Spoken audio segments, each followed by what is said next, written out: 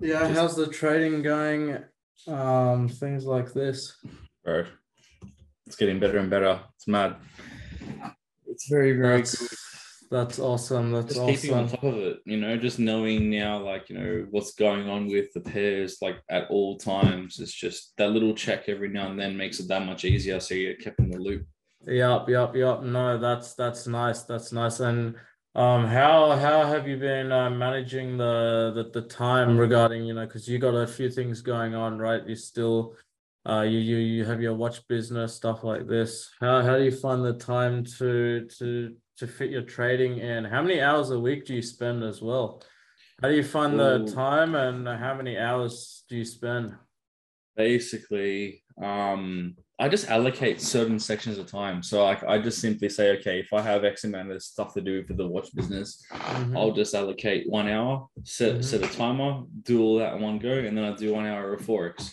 Yeah, Set a nice. timer, back test Mm-hmm. whatever I got to do or whatever I happen to be doing, and then Yeah, go back and forth. Because nice. like I'll be out all day in appointments. I'll have customers come to me Mm-hmm.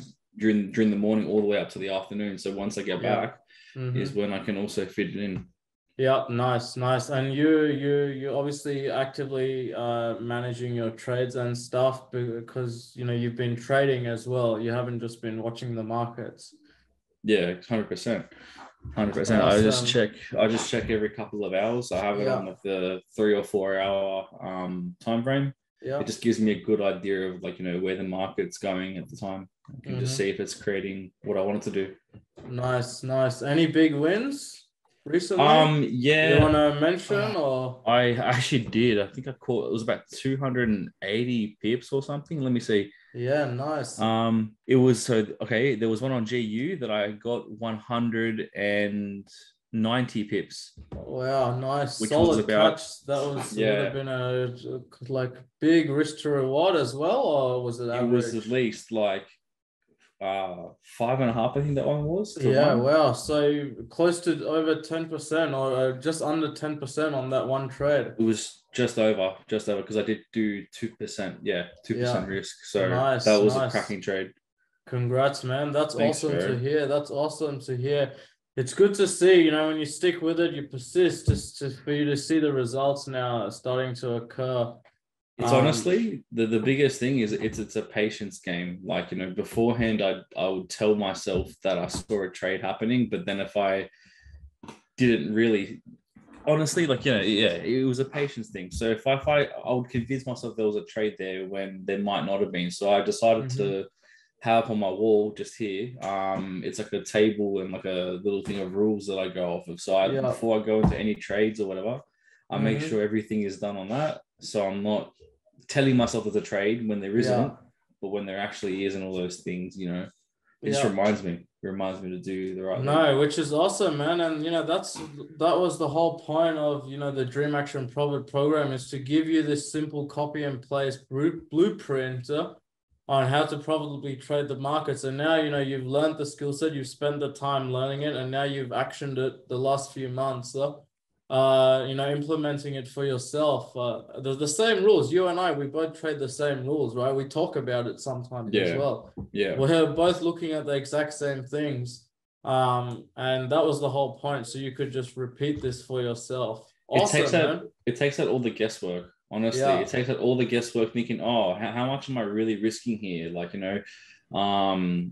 Is it really going to be worth my while getting in on this trade? But then we figure that out because we have the risk to reward tool, and Yeah. Yeah. we just make sure that it's we're not over trading, and it's worth our while. Yeah, nice. What would you say the biggest difference was? Because you did a few other programs before. What do you reckon the biggest difference was in the approach? Because you were Um, not profitable before, but now you're profitable, which is huge. What was that well, shift, do you reckon, that occurred for it you? was it was mixed. It was mixed because I would win some, I'd win big, but then I'd also lose big. So Mm-hmm. and I was over trading. So sometimes I wouldn't, I'd lose more than I won, and then other times I Mm-hmm. won more, But then once I won more, I'd lose a lot more quick. So I think it Yeah. was honestly But were you also risk risking more before? Were you Yeah. risking more than the 1 to 2% that you risk Oh now? yeah. See, I didn't know that there was that side of thing that I was unknown to. So like Yeah. I knew I wasn't keeping an eye out on my risk to reward and my trade management. So I was over risking everything. That's why the rewards were so big, but then the losses were equally as big. So trade management and all that kind of stuff, that was the biggest thing I think that was different to that. And also it was also the frequency of trading. Like we wait for the big trades on these ones here. We're not sitting with 10 screens and having a million different charts. No, you just pick the ones that we want to check out for that particular week. And after we've done that, we're just watching those pairs. We're not watching a million different things at once. And it's not like these things happen and then straight away your opportunity is gone. No, you want to have the clearest moves, and there's time to get in during particular sessions. No, nice. Does that make sense? Yeah, no, completely. I understand exactly what you're saying. And that's awesome, man. It's great to see, and obviously when you put in the work, you see the results at the end of the day. This is not like, you've been working with me for a number of months now as well. Like, I think 8 months or so, something like that.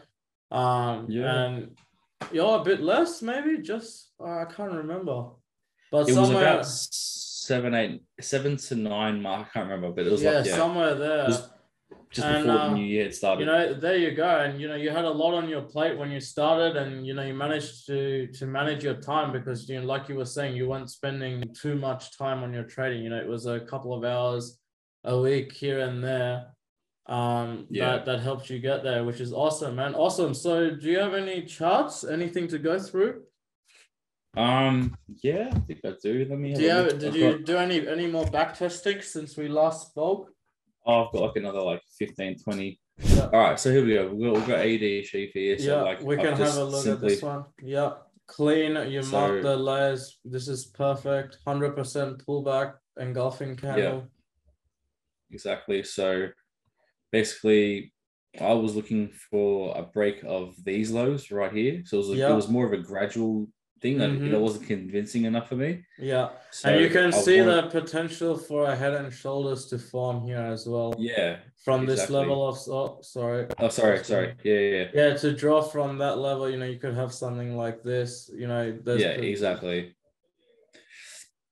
So for this particular pair, we didn't get that. So there we go. You have the right shoulder, but then there's no retest, so no entry. Nice one. So for this one, it looked so good. It just sometimes because look how quickly it came up. So obviously there was going to be a reflection of that on the other way. Going the other way. And it just shot down straight away. Exactly. So this is also another one on AED sheaf. Another 100% retracement, which looks pretty good. You had a rejection candle there, and then a bearish engulfing. Wasn't fully convincing, but it is engulfing. But you can see, I'm sure if you looked at the volumes too, you'd see a nice spike. And here you go on the 1 hour, you have the break and retest. So I saw that clearly here, obviously. So I decided to take this one here. And so this was a risk to rewards over 7%, over 7. 7, nice. Over 38 pips stop loss with a 273 pip target. So we hit break even, but then we noticed it started to create a bit of a range, and then it created a new high. So basically at a break even. You would have had nice partials here as well, because huge. So here we go. I would have taken partials here, but so I caught 150 pips, so 50% of the trade, which is still good, far out. Very good, very good. But man, you have everything down pat. Now, just keep trading, and we can keep reviewing every month. I think for you, everything. So it's better for us to review monthly performance and look at all the trades holistically than to, go week by week. Sweet. Because there's nothing you don't already know that I can teach you. So it's just now making sure you're executing as planned. No, that's fair enough. All right. So I think, man, good stuff. Very impressive as always. Always. Thanks, bro. Nice to see you. Always improving. And yeah, bro, we'll tee up another call end of next month, I reckon. All right, cool. Sweet. Sounds good. For charting. After the end of the month, we'll book a call and we'll go through all the setups. But take screenshots of them. Yeah, I was just about to say I will keep better. Like every weekend, trades. if you just go through your charts and take screenshots and write down little things like you're doing now with your live trades. Yeah, that's what I need Each to week, do. and then at the end of the month, we can go through your setups and say like, okay, this was a good one, this was excellent, this was not so good, this was not excellent at all, so far, like so on and so forth. No, Alrighty. Yeah, cool. All right, bro. Franco's calling me, so I gotta take this. All right, bro. I'll talk to you later. All right, man. We'll chat soon. See you, bro. Bye. See ya. Bye.